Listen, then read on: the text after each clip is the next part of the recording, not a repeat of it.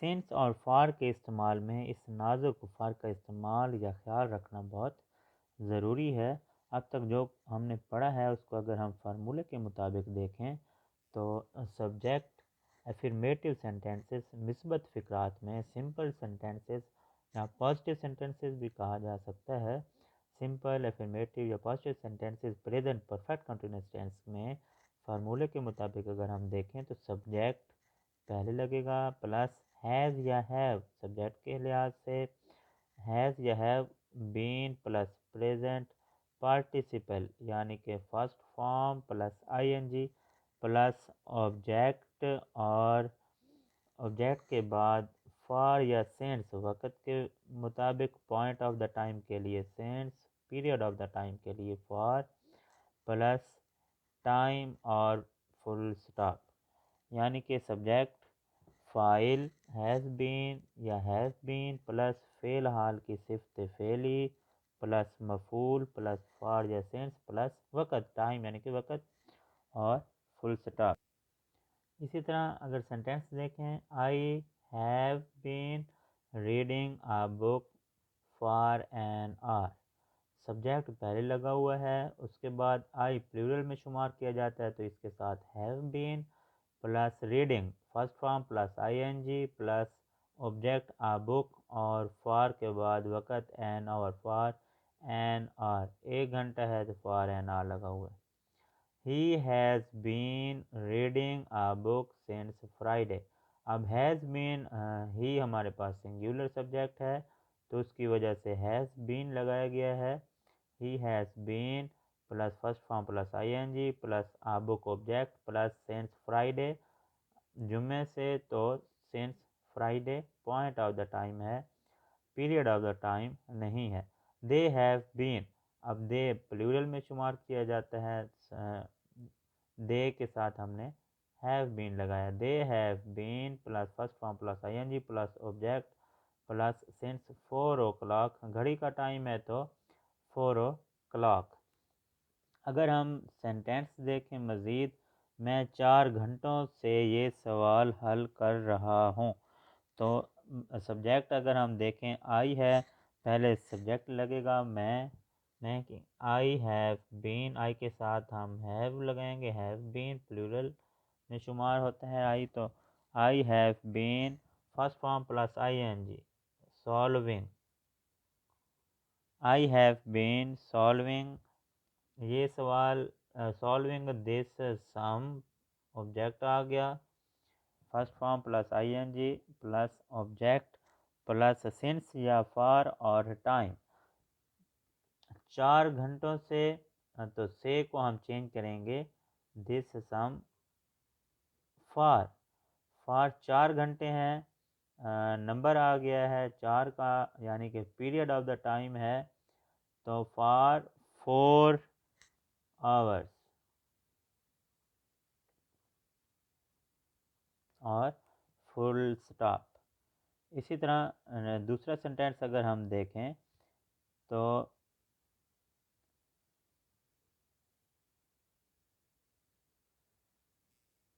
वो है कि वो 2001 से इस स्कूल में पढ़ा रहा है 2001 से इस स्कूल में पढ़ा रहा है सब्जेक्ट है हमारे पास ही के साथ हम हैज़ बीन लगाएंगे he has been reading first form plus ING has been हमने सब्जेक्ट सिंगुलर की वजह से लगाया है he has been first form plus ING reading in this school इस स्कूल में ऑब्जेक्ट आ गया इन दिस स्कूल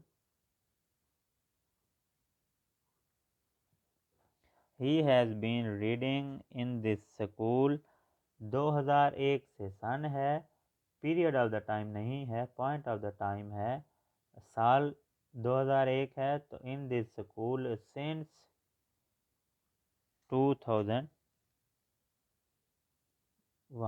और फुल स्टॉप। इसी तरह अगर हम मज़ीद सेंस और फार में सेंस और फार में फ़र्क देखें तो सेंस जो है स्टार्टिंग पॉइंट के लिए लगेगा और for period of the time के लिए लगेगा। व्हेन कब यानी कि, और how long period of the time के लिए हम फॉर लगाएंगे। फॉर एग्ज़ाम्पल फॉर लगेगा 3 डेज़ के लिए, 6 मंथ्स के लिए फॉर लगेगा और 10 ईयर्स के लिए, यानी कि वक़्त के साथ अगर नंबर आ जाएंगे तो हम जो है फॉर लगाएंगे।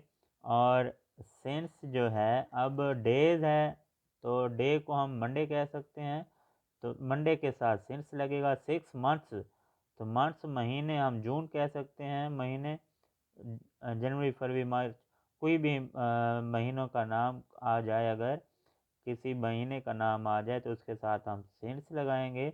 लेकिन अगर पीरियड ऑफ द टाइम 6 महीनों से, तो फॉर लगेगा 6 महीनों की वजह से, 6 नंबर की वजह से।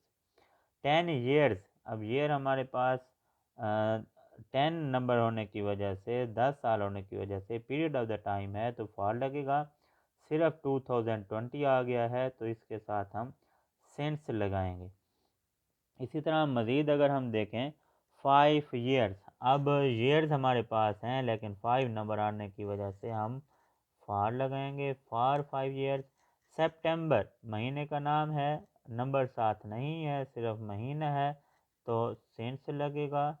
इसी तरह 2001, अब ये हमारे पास साल का नाम है, नंबर नहीं है तो इसके साथ भी हम सेंस लगाएंगे। 9 मंथ्स, अब ये नंबर आ गया है 9 और साथ में महीने हैं, मुद्दत है, पीरियड ऑफ द टाइम है तो इसके साथ हम फॉर लगाएंगे।